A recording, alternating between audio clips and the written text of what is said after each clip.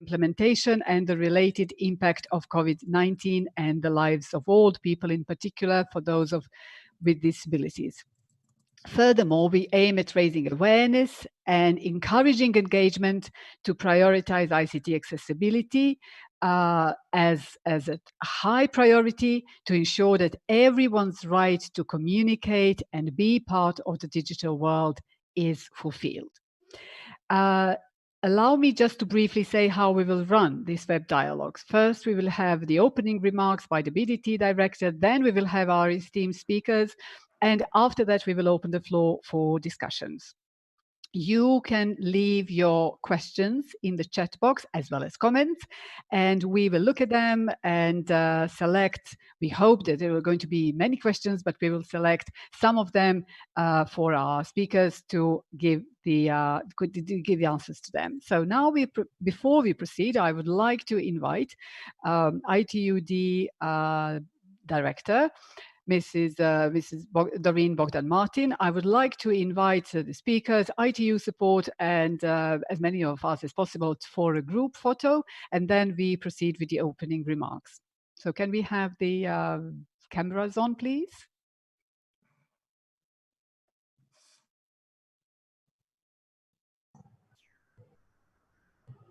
Okay. All right. Okay. IT support is going to take care of the group photo. Now, without further ado, it is my honor to introduce and to invite Ms. Doreen Bogdan Martin, Director of the Telecommunication Development Bureau of ITU, to deliver her opening remarks. Doreen, the floor is yours. Thank you. Thank you so much, Amela, and good afternoon, good evening, good morning, everyone. I hope you're all well and in good health. I'm really pleased to be able to join you today to kick off these discussions on what has, I would say, become often an overlooked issue in the scramble to respond to the COVID crisis that continues to sweep through the world. We're all very much aware that the wave of lockdowns imposed by so many nations has really made access to digital connectivity an imperative for all, helping to maintain business continuity, to keep children learning, ensuring that people have online access to essential goods and services, and providing essential social support, particularly for populations at risk. The UN has already noted with some concern that the COVID-19 pandemic is deepening pre-existing inequalities, exposing the extent of exclusion, and highlighting the need to accelerate work on disability inclusion. UN figures, UN estimates, as you know, that the number of people worldwide that are coping with some form of disability could be as high as 1 billion. And yet these people remain one of society's most marginalized groups, having been among the hardest hit by the crisis in terms of fatalities and also in terms of long-term damage to health. Even under normal circumstances, persons with disabilities are less likely to be able to access healthcare, education, and employment. They're less likely to participate in the community, and they're more likely to live in poverty, experience higher rates of violence, and even suffer neglect and abuse. And COVID-19 is further compounding this already grim picture by disproportionately impacting persons with disabilities, both directly and also indirectly. In a world that has never been so dependent on the power of digital technologies, we must redouble, and I stress we must redouble, our efforts to make sure that all people, regardless of their gender, their ability, their age, their location, enjoy equal access to digital platforms and services. And that's why the work of this study group and this particular question is so important.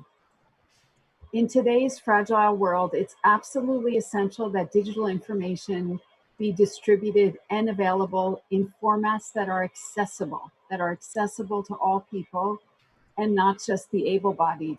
And neglecting this imperative will mean consigning many persons with disabilities to a higher risk of contamination and to exclusion from essential health and safety information and services and vital social support programs.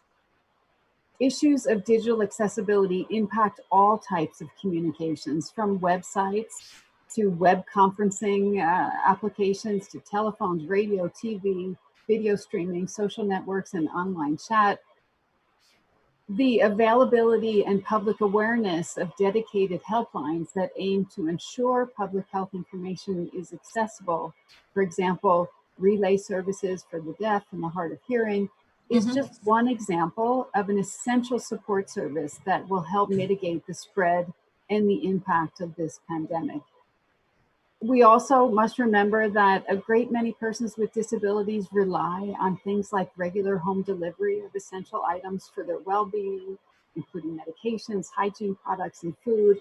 And in lockdown situations, it's vital that online retailers and health product and service providers ensure that accessibility principles are incorporated into all online information services and platforms, to ensure that persons with disabilities, the elderly, and others with special needs are protected, supported, and can access the goods and the services that they need.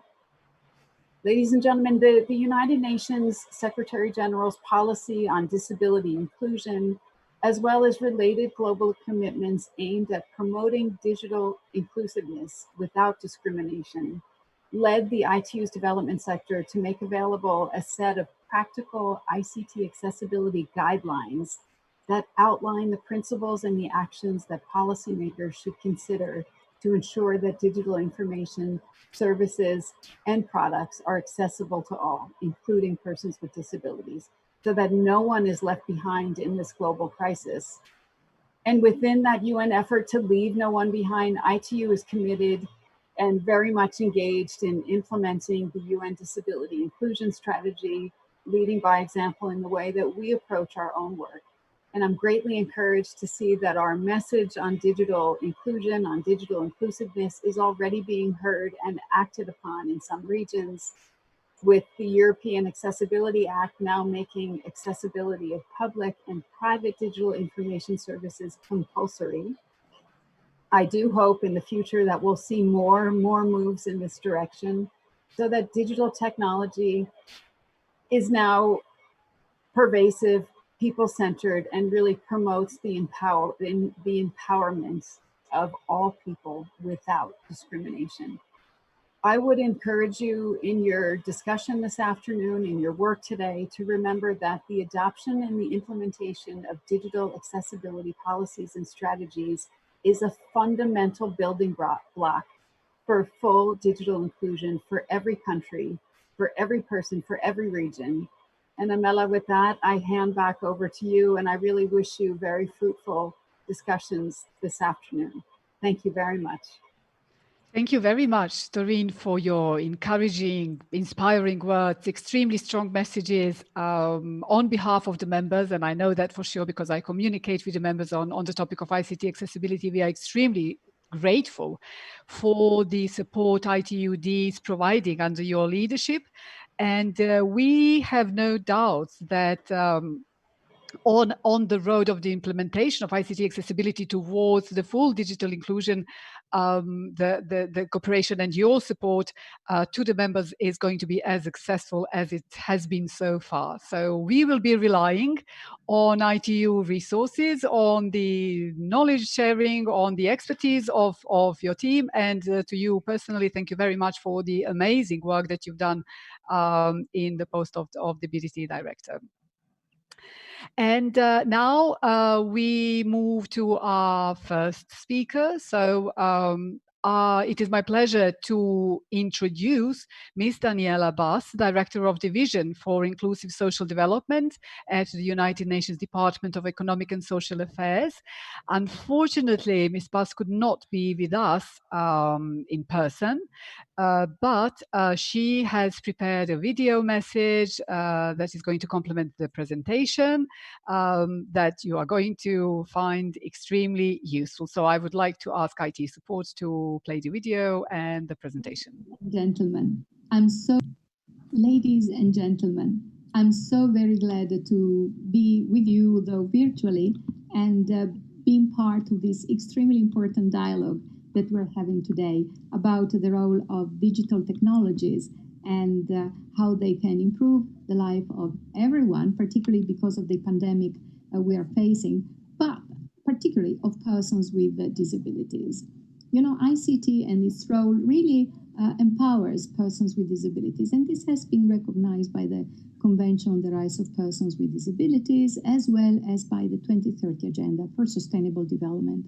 Accessible ICT is really essential for persons with disabilities to live independently, participate fully in all aspects of life, and access on an equal basis with others. Equal basis to the physical environment and to transportation, information, communication. So we see how technologies plays a central role in nearly all aspects of life. And in the case of persons with disabilities, technology makes things possible. It affects how persons with disabilities can learn, work, play, vote, and interact. And it is an essential tool for societies in general, economies, and the environment to be able really to have a quality kind of life.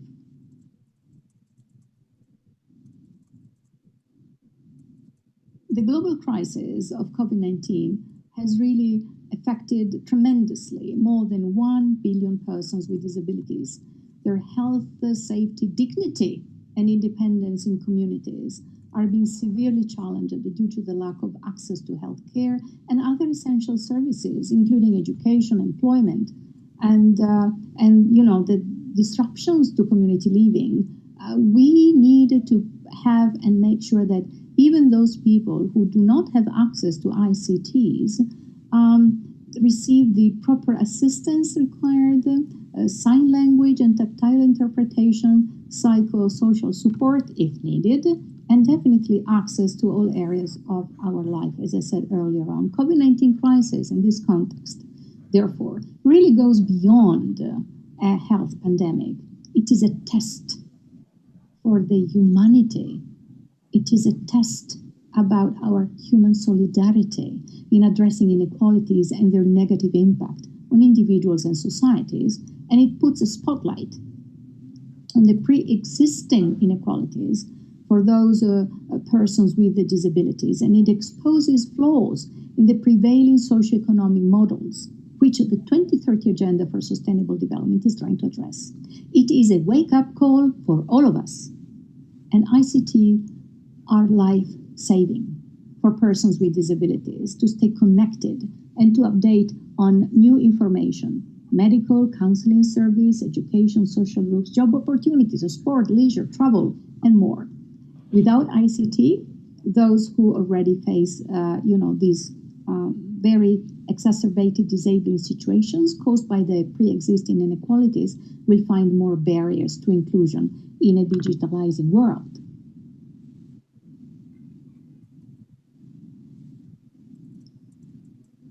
So measures to ensure physical distancing has increased overall resilience on technology for communication. And this poses barriers for persons with disabilities with limited access to technology, who need, as I said, sign language interpretation, accessible websites and documents, telephone-based services that have text capabilities, and accessible electronic display screens in public spaces. So COVID-19 has brought forward, front and center, the need for digital accessibility and the urgency of addressing digital transformation.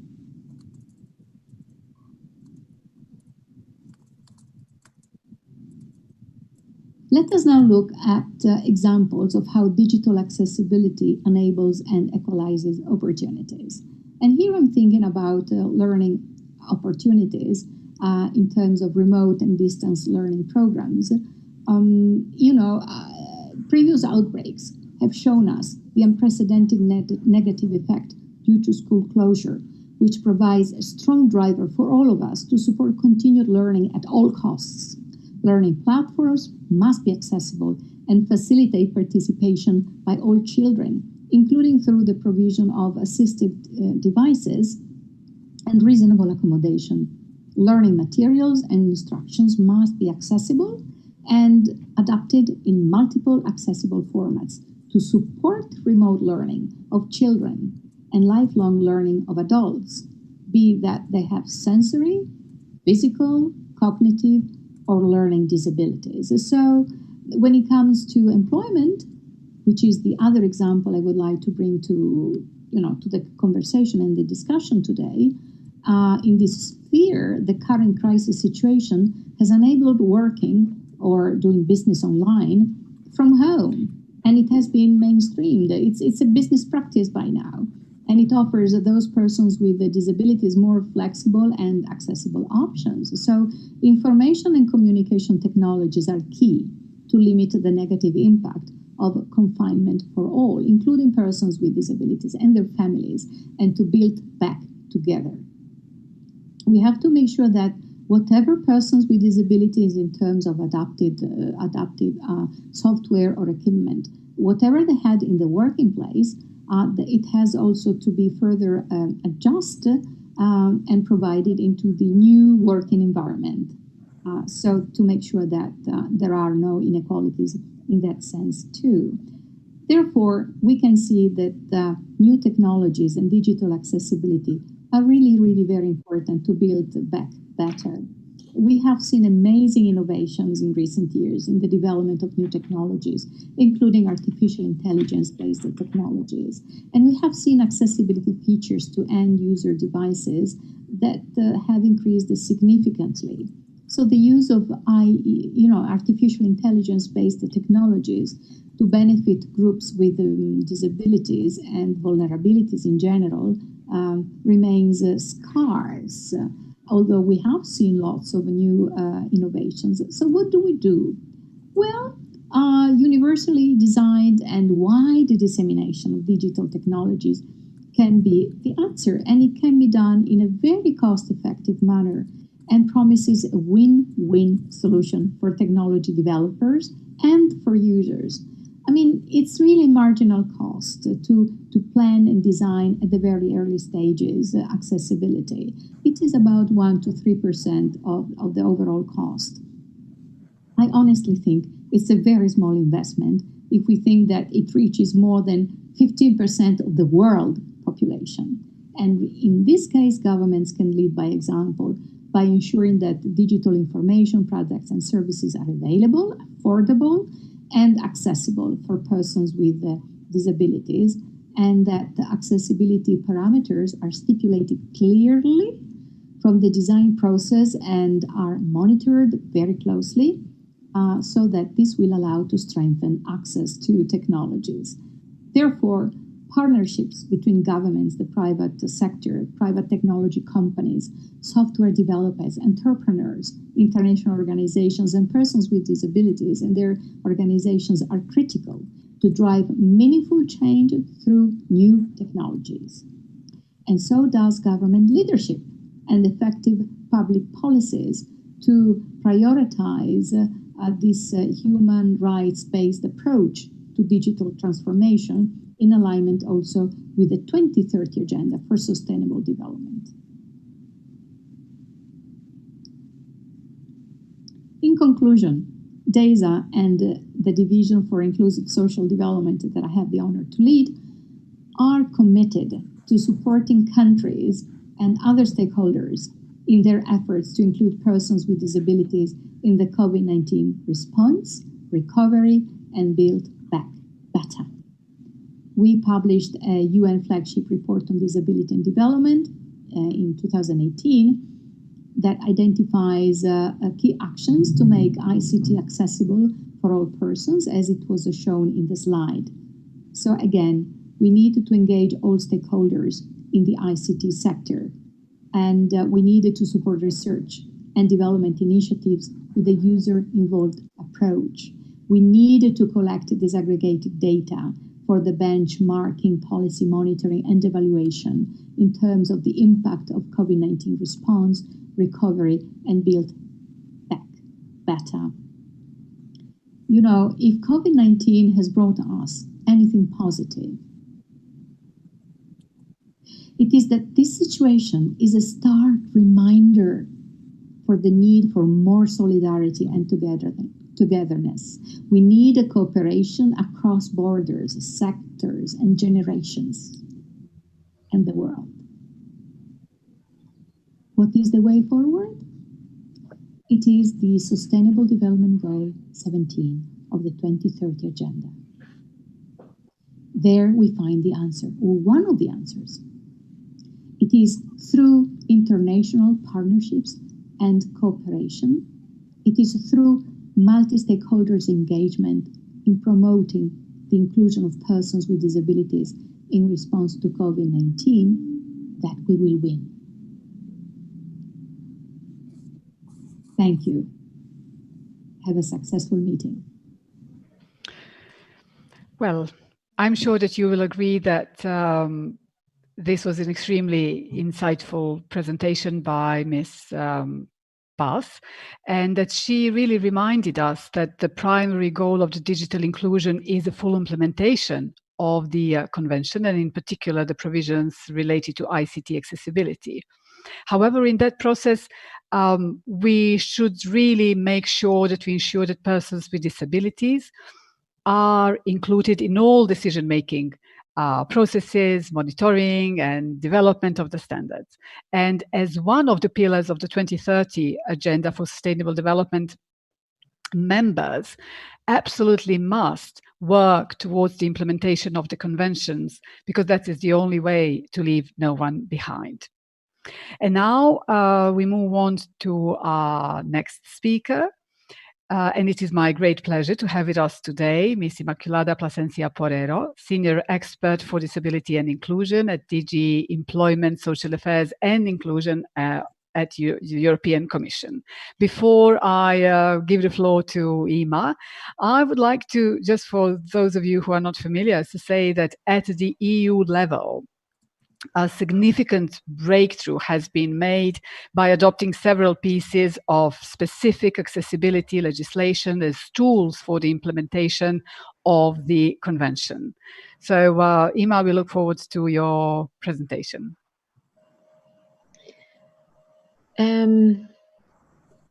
Hello, everybody. I am happy and thankful for the invitation to be able to present what we are doing at the European Union on accessibility in relation to ICT in this difficult situation of COVID. I have to say that the speech of Daniela Bass really contained quite a lot of the philosophy and thoughts that I was going to share with you. And so please see that how my message is reinforcing some of those messages. Well, I think we all agree that this has been an unprecedented situation, and an unprecedented situation that has impacted people in an unexpected way, and it has a major impact on persons with disabilities. And I would like also to refer to older persons, because mostly those older persons that have got disabilities, and those are a big majority of them, have also been significantly impacted, both from a social point of view, the support that they need, but also by the higher risks of infections, being also more vulnerable as in the impact that the illness itself had. Now, when it comes of persons with disabilities, Ima, sorry to interrupt, Ima. We have a comment. Sorry to interrupt. We have a comment in chat box. Christopher is saying that captions is partly covering your mouth, so making lip reading impossible. So if you can just move up your camera, okay. And that's better. Christopher, we hope it's better. Okay, all right. Please do continue. So I'll do it that way. So I'll continue saying that in addition to the illness, we have to talk about other elements of this pandemic in relation to confinement and isolation, that it has led to an exponential use of digital technologies for all aspects of our lives. I mean, communicating with friends and families, shopping, contacting health and social service, entertainment. Daniela also mentioned already teleworking, but also schooling. And while technology really has provided a great opportunity for the general population to cope with COVID, for those persons that could not use technology, it led to additional isolation and exclusion. The main impact, the main visible reason for this is being insufficient accessibility, making it very difficult, not to say impossible, the use of many technological solutions. Even when communicating information about protective equipment and health measures that the individual had to take about washing your hands or what type of masks to use, what were the symptoms of the illness, without being done in accessible formats, would not reach those struggling with their health today, and those persons with disabilities struggling with their health. So we need to make sure that those messages reach persons with disabilities and reach older persons. And let me share with you a couple of examples of measures that we have taken at the Commission. The first thing is that we have established a close dialogue with representative organizations of persons with disabilities, as well as service providers for persons with disabilities. Their inputs have been very valuable in understanding what challenges they were confronted with and what measures needed to be taken. In addition, the Commission website, where documents and messages about COVID are published, is made accessible, and also those documents themselves. Let me tell you that the Commission has made really great efforts to facilitate the response to COVID by facilitating funding, both direct funding, but also guarantees and other type of financial instruments to be able to buy equipment, to be able to buy masks, to be able to support additionally professionals, health and social professionals, and so forth.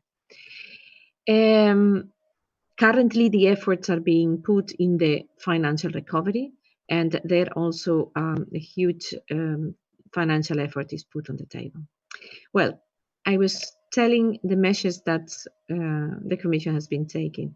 In addition, our video messages are made more accessible with subtitles and sign language interpretation, and this has gone up to our highest level. I mean, the Commissioner responsible for equality is really, in her messages, really addressing this and using accessible communications.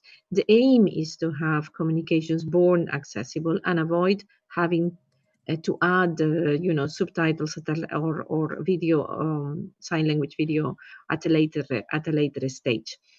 By the way, let me say that this is not only an objective, but it is a legal obligation for all the European Union institutions.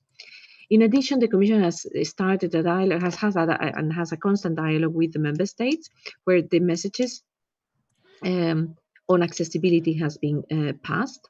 And for example, also on legal documents, for example, the Commission issued legal act, a recommendation on mobile applications for COVID, for monitoring the situation of COVID, and their accessibility for persons with disabilities was clearly included as an element of those applications.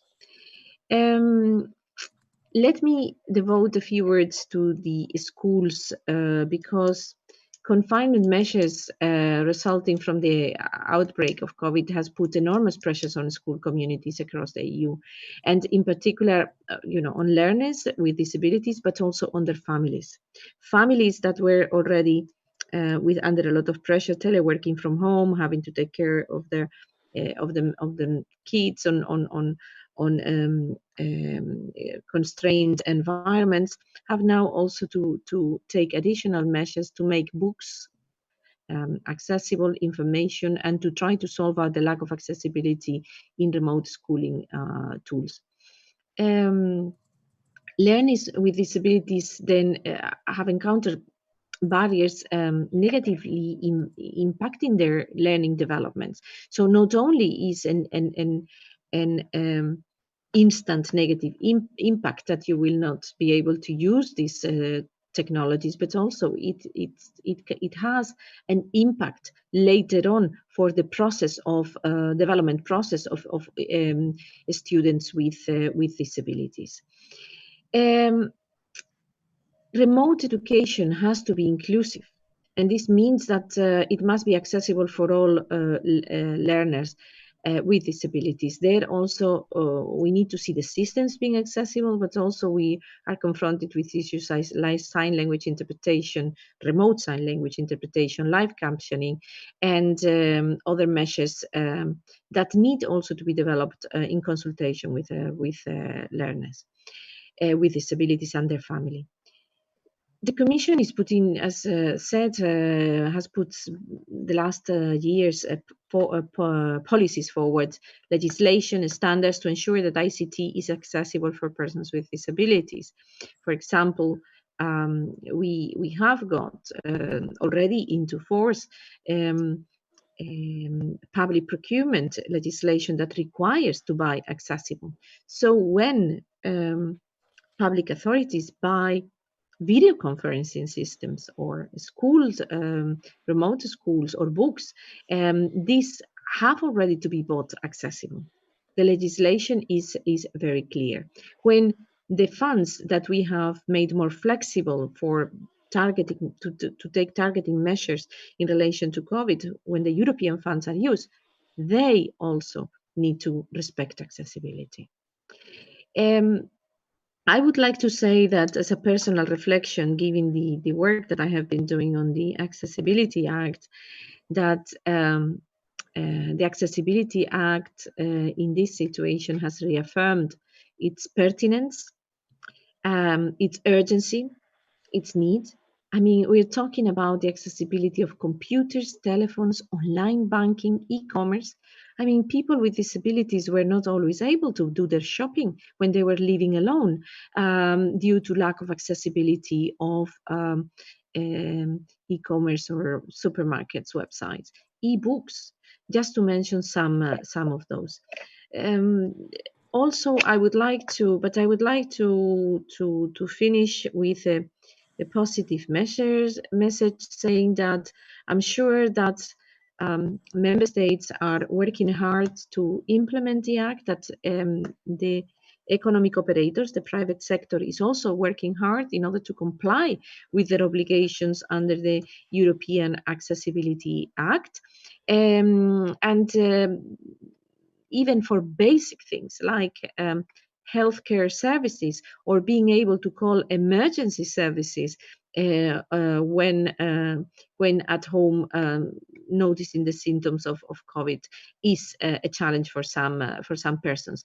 If I just want to finish by saying, yes, that our resources, our legislation, our accessibility requirements, our standards are on ICT accessibility are available for anybody that wants to use them and is willing to know even before the deadlines that the legislation marks. It's willing to make their products and services, ICT products and services, accessible for persons with disabilities.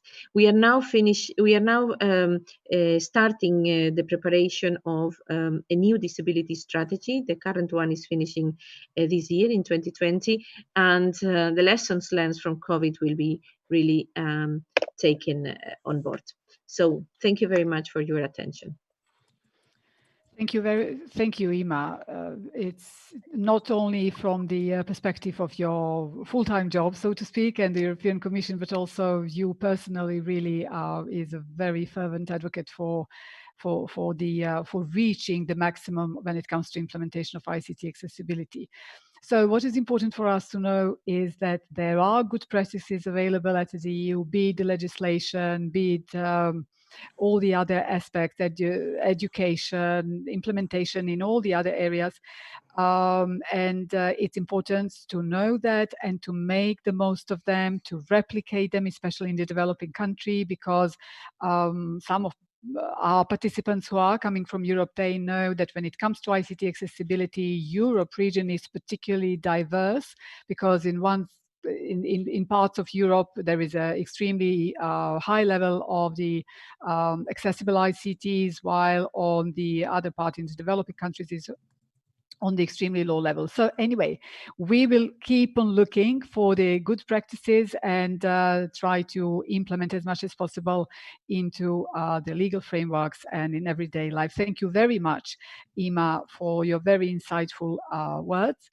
Now, it is my huge pleasure to introduce our next speaker, and it is Miss Lidia Best.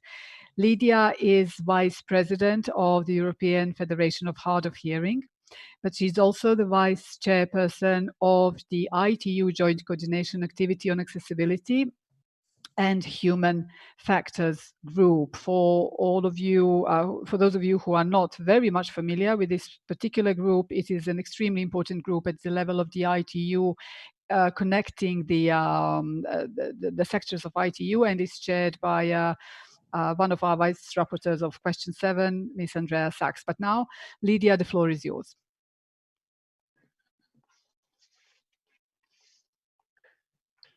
Thank you very much for inviting me to this important dialogue and to take part, and especially to provide some insights on the impact of COVID-19 on persons who are deaf and hard of hearing. Before that, I would like to make a tiny bit correction. And I am a former vice president of the European Federation of Hard of Hearing. I just stepped down last month. Oh, and sorry. Now I am also a chair of National Association of Deafened People. May I ask for a slide showing? Thank you. Thank you. Impact of, yes, please, next, please. Thank you. Impact of COVID-19 on persons who are deaf or hard of hearing has been probably not often noticed.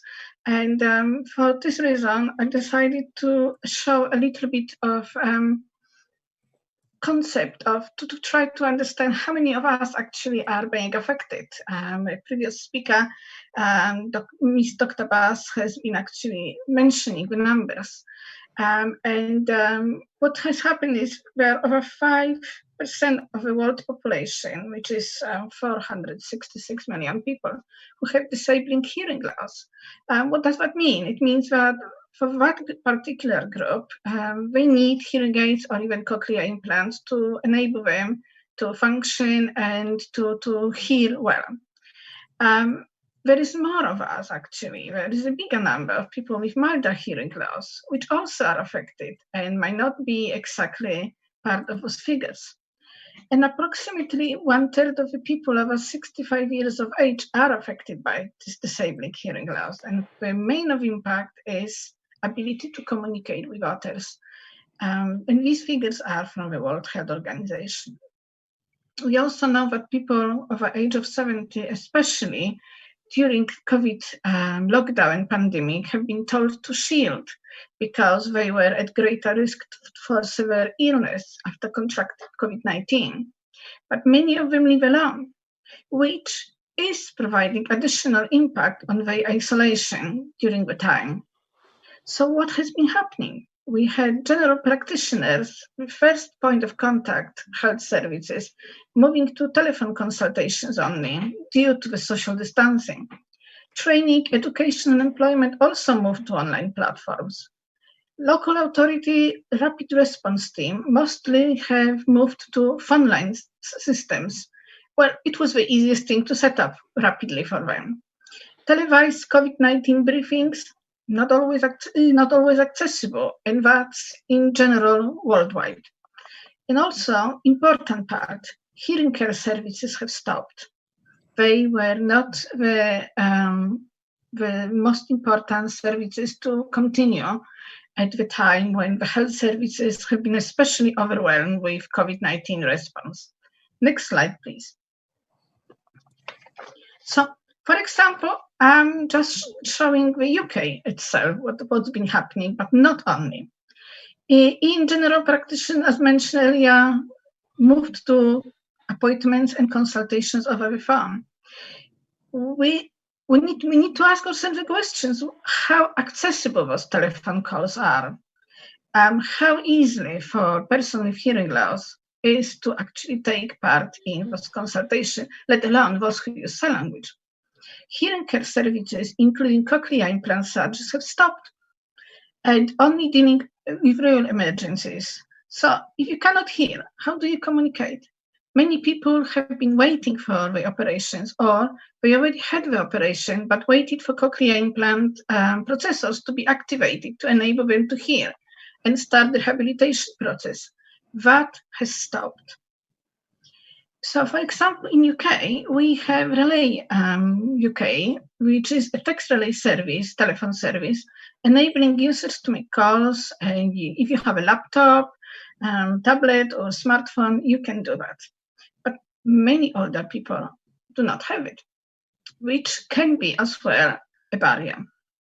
Additionally, our system is not optimized for receiving incoming calls. So, can we answer questions? Are persons who are deaf and or hard of hearing in Europe and elsewhere able to use the telephone in same unrestricted manner as hearing people? No, we cannot. With a few exceptions worldwide, with especially United States having the best offering, if I could say, for everyone, range of services for people who are deaf, hard of hearing, deafened, sign language users. There is a range of services to enable them to communicate. Next slide, please. COVID-19 has exposed communication gaps. There is no denying of this, and previous speakers also have mentioned this. So it's also on my side, on myself, a cochlear implant user. It is assumption that all persons who are deaf and or hard of hearing rely on amplified phone or hearing aids cochlear implants alone. Hearing loss and how it affects an individual is personal and is changing also over the time. So when one person might be doing quite well, speaking on the phone with family and friends, they may not do so well with strangers. And that's quite difficult for some people to understand, but that's how we actually are being affected. Technology already exists to deploy accessible telehealth by using video calls, conferencing tools, and if a person does not have the technology in their home, we can use SMS. To help governments and service providers implement framework for functional equivalent to telephone for persons who are deaf or hard of hearing, and also for persons who use sign languages, ITU-T has developed a recommendation F.930, Multimedia Telecommunication Relay Services. I urge all government services to look into it and to start working using this standard. Thank you. Next slide. Now we are coming to an interesting part, which is access to information. The most popular would be the COVID briefings we have all had in all our different respective countries. What I have done over the past few months, I have looked through the social media, looked through all different organizations working on behalf of persons with disabilities, and I have been struck by, well, yes, we have some legislations in place, we have some things maybe in place, but access was not there. So, for example, most countries, including developed ones, even European ones, were not fully prepared to make sure that everyone has equal access to televised information with live captioning and sign language interpretation and translation. And that's an unfortunate situation. It shouldn't be happening, but it has. In some countries, persons with disabilities, for example, still are provided with unreadable captioning. If you can't read it clearly, especially if you are a deafblind person, it's much harder to access the information. tiny size interpreter, as on one of the slides on the bottom, it's not something that sign language users can use and can understand what's being said. And at the same time, sometimes none of these above were shown. I've shown also UK example when we had our briefings, which is a good example of accessibility.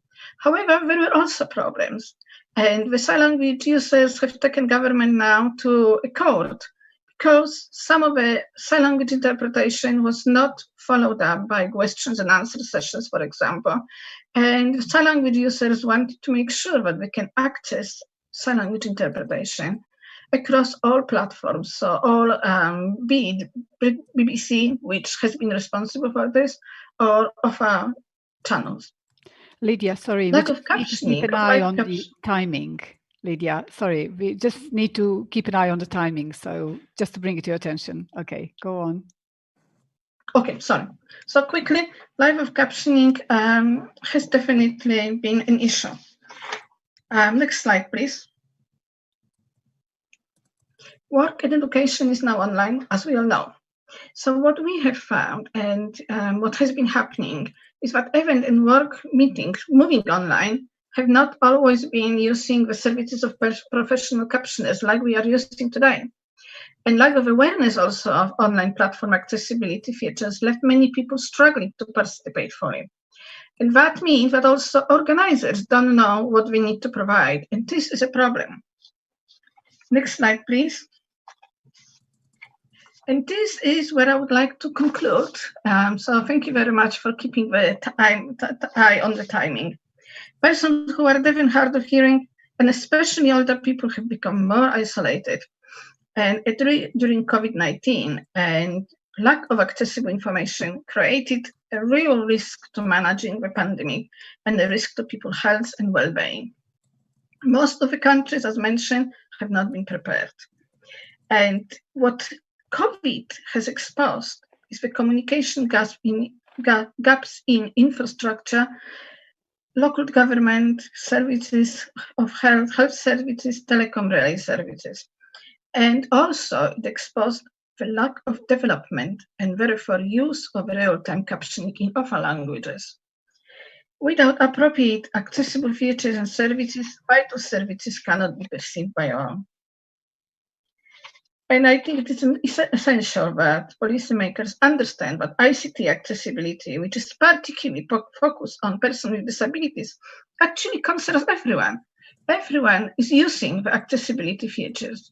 And it's something what quite a lot of times everybody mentions this. It helps the refugees who live in the country where language of the country is not the mother tongue. It's older person, anybody with specific circumstances.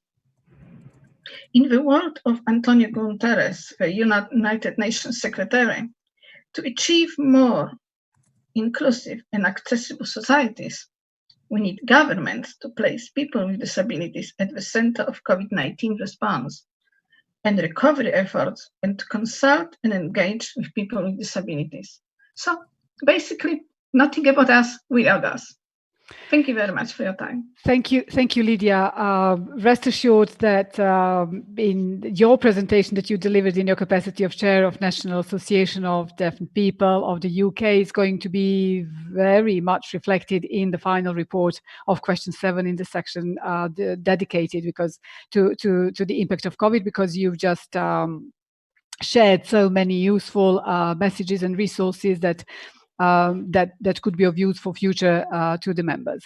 Now, we have officially 10 minutes before we end. So I'm going to invite our last but not least speaker, Mr. Axel Leblois, who is the President and Executive Director of the Global Initiative for Inclusive ICTs, G3 ICT. So hello, Axel. I will not make a sort of like a lengthy introduction. I will just say that it's obvious we've heard that the accessibility of ICTs has gained significant momentum around the world, but the actual progress in the implementation of ICTs, however, is still limited. So what is the way forward? Thank you very much, Amela, and welcome everyone. I'm going to share a presentation that's going to be short. Hopefully we can add up time. If you bear with me 1 second, I will launch.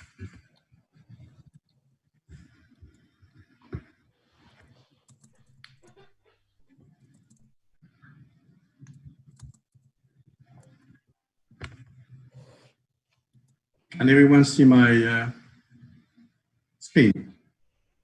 Yes, we can. Yeah, I can see it. I'm sure that the participants can see it too. Thank you very much. So what I would like to focus on today is that digital accessibility, it's actually possible to make it happen, and it should be done. And so I will focus exclusively on very practical ways for ITU member states and other stakeholders to follow that track. Sorry, Axel, to interrupt again. I've got instruction that still, for the sake of captioning your head, I didn't see the comment, the full comment, but move your head up. That's it. Okay. Or Okay. camera. That's better. Okay. Thank you very much. So we just heard from multiple speakers that COVID-19 is in fact kind of a catalyst for action. And as we saw, gaps in digital accessibility became more visible and unacceptable for all stakeholders. And yet, as we clearly know, there are digital accessibility solutions for virtually every single digital platform today or application. For television, for mobile, for computer, for everything, there are solutions for accessibility. So why are they not implemented more thoroughly? What can be done, and are there any low-hanging fruits for policymakers to affect positive change? Will be the question I will answer this morning. So what we do every other year, we do a complete survey of countries that have ratified the Convention on the Rights of Persons with Disabilities. This year, the 2020 DARE Index, the Digital Accessibility Rights Evaluation Index, covers 137 countries.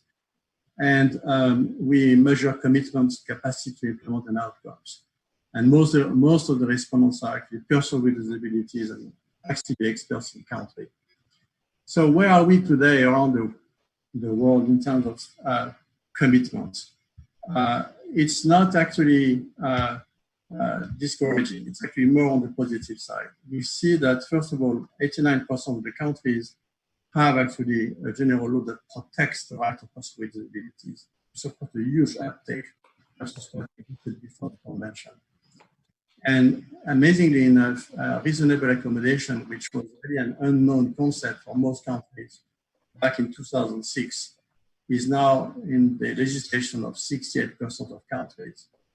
And very importantly for our discussion this morning, the percentage of countries that have included ICT accessibility, their legal definition of accessibility obligation, went up from 49% 2 years ago to 59% now. So it shows that what ITU does, UNDESA does, all those organizations do, is actually having an effect, because many more countries are taking steps to actually take regulation and legislation in that direction. However, when you look at implementation by sector, you see that only a minority of countries are actually in the course of actually implementing digital accessibility policies. I put there in green the top percentage where a majority of countries are doing something. Television, for historic reasons, has been ahead of other media, with 61% of countries in 2020 having some form of implementation going on, 54% for web, 51% for inclusive ICTs in education, 49% for ebooks, and so on and so forth. So it means that virtually half of the countries are doing nothing today in terms of implementation in any of those sectors.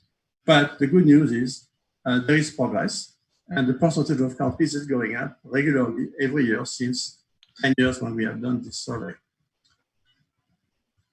However, when you look at the detail, and that will reinforce what Lidia was saying, the level of implementation is ridiculously low. In fact, if you look at television, yes, well, there are 61% of countries with a policy, but 7% have no implementation, 26% have a minimum level of implementation. And so for television, which is the best case, we have a situation where we have only 28% of countries with a partial, substantial, or full implementation. That means like 3/4 of the planet basically doesn't really implement television accessibility correctly or completely. And the same type of percentage can be found for every single other domain of ICT accessibility. So this is a real wake-up call because lots of commitment, but very little in terms of actual outcome for persons with disabilities still today. Again, there is progress, but it's still very weak. So why is this happening? We are focusing on 4 areas of capacity to implement where we see significant gaps.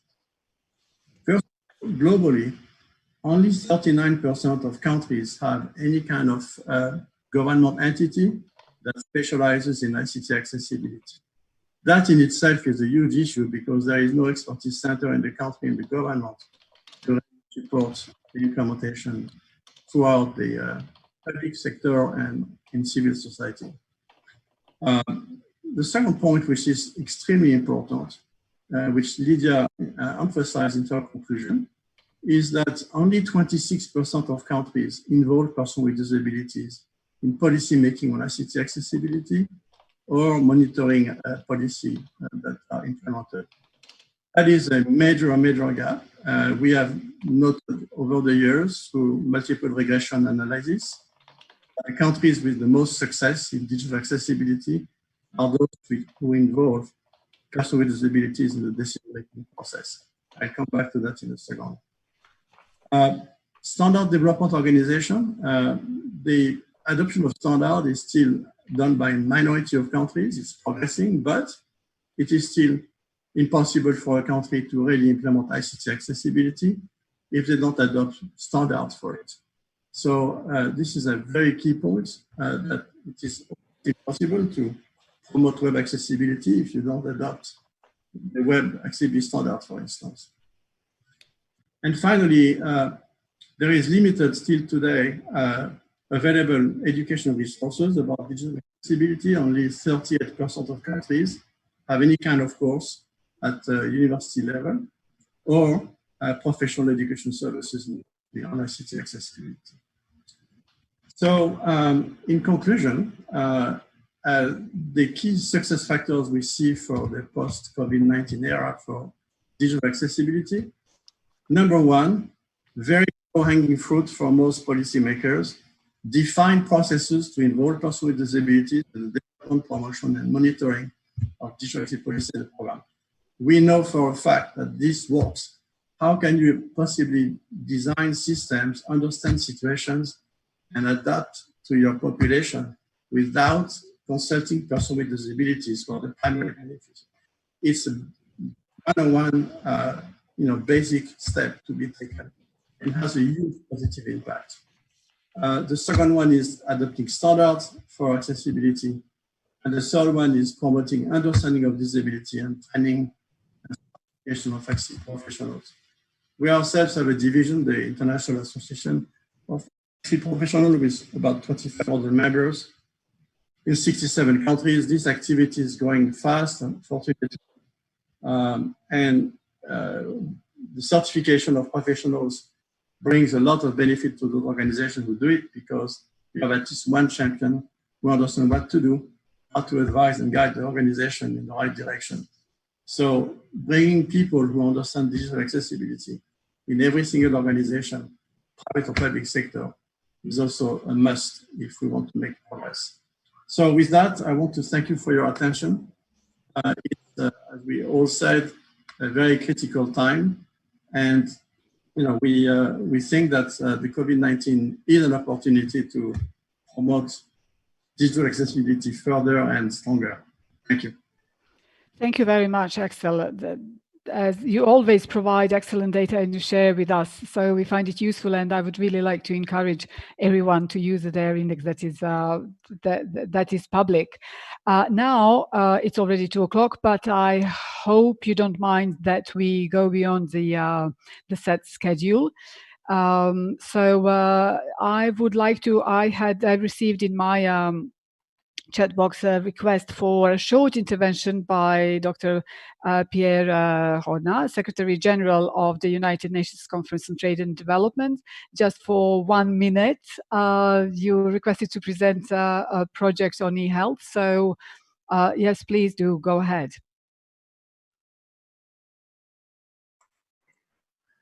Thank you very much, but I'm not the Secretary General of UNDESA. Oh, sorry. I'm a legal affairs officer. Okay, sorry. Well, I'm somehow, giving you all these titles, taking away some from Lidia and giving you, promoting you.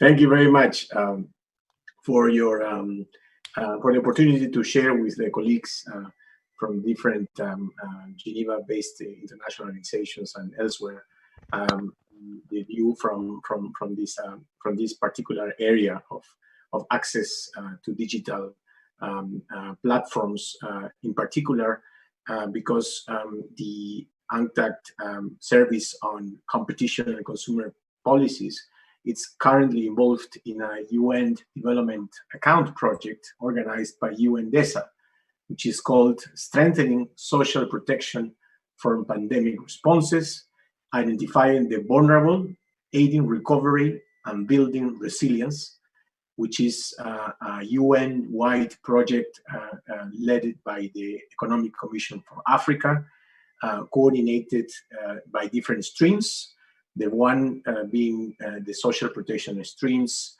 by our colleagues from SCOA in Beirut. And within this particular social protection stream, UNCTAD, in association with WHO, AFRO office as well, and headquarters, we are presenting or preparing a report on strengthening consumer protection in the provision of health service, including e-health, in the wake of the COVID-19 pandemic.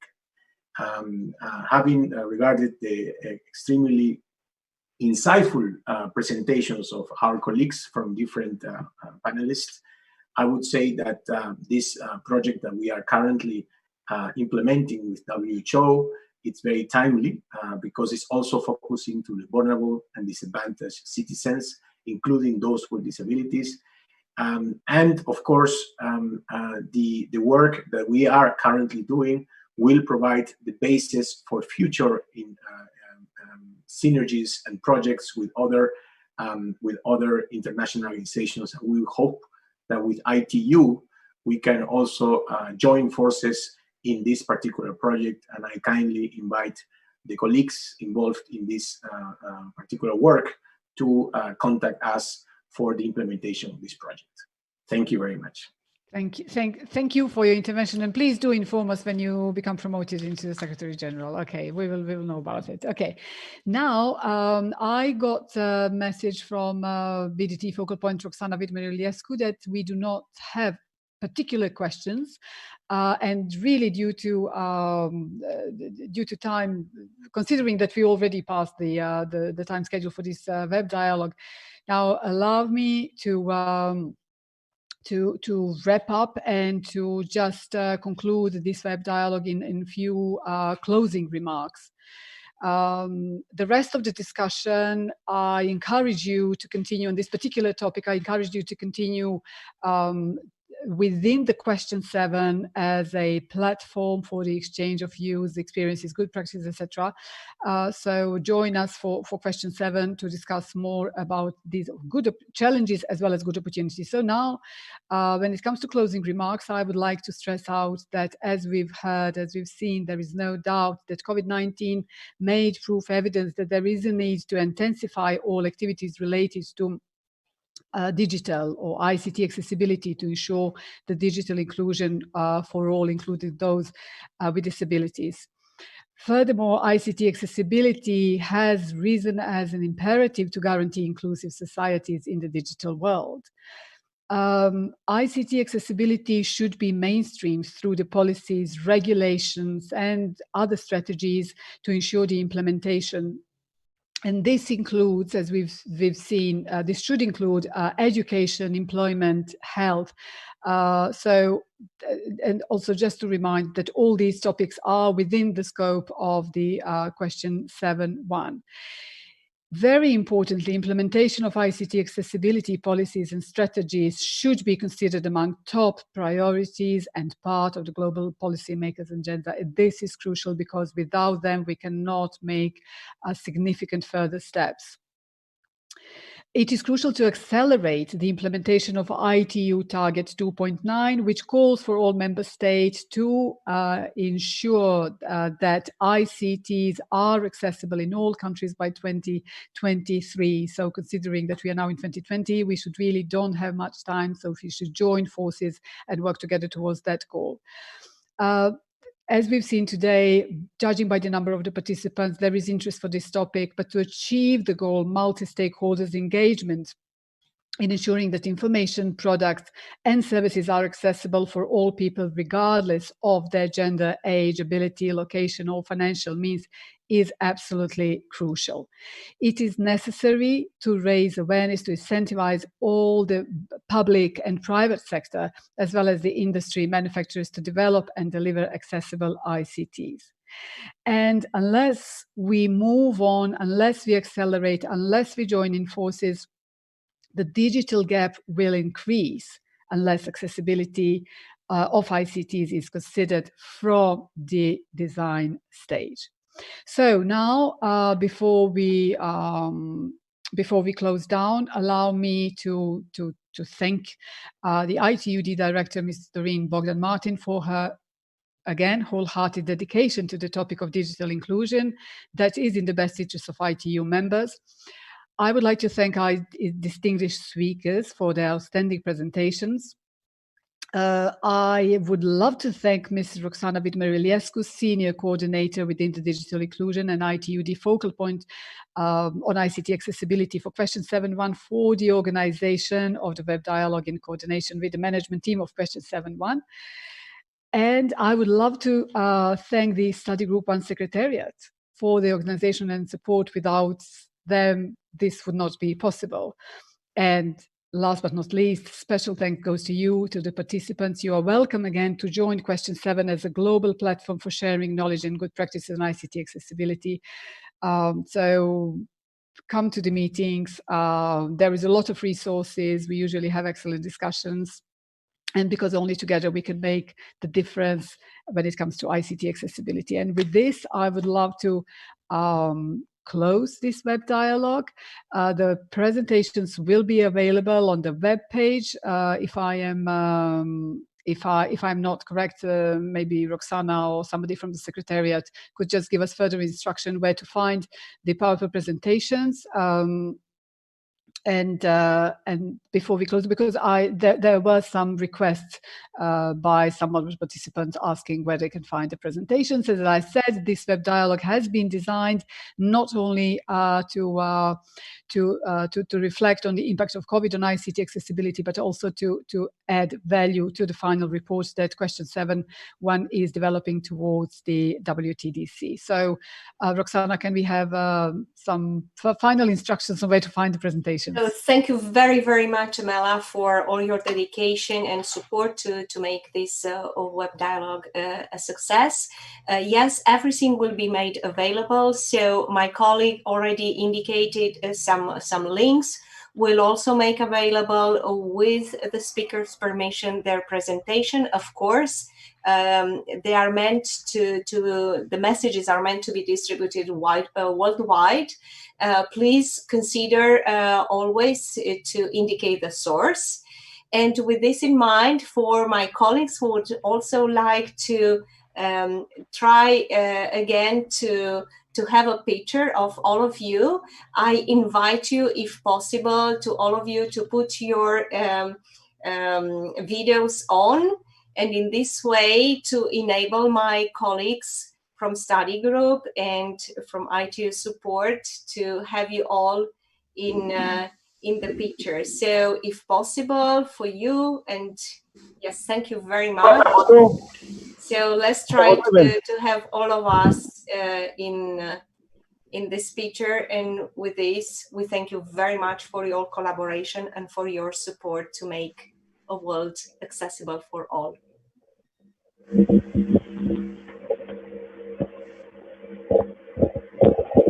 I'll just wait for my colleagues to say if everything is okay for the photo. Roshin, can you please confirm? Or the colleagues from the IT? Yes, dear. Sorry, I'm not in the picture myself, but thank you everyone for joining today. And smile, please, because the photo is going to be taken now. Thank you. And keep the smile on because it's got some glitches, but we'll get there, please. Big thanks to all of you for joining, and please connect to us, as Amela said and as Roxana said. We've got more webinars coming up on other topics as well. And if you want to join ITU study groups to make a difference there on ICT accessibility, are waiting for you. Thank you so much. The photo is done, Roxana. Thank you. Thank you very much. Thank you to all of you. Thank you. Bye. Bye. Bye-bye.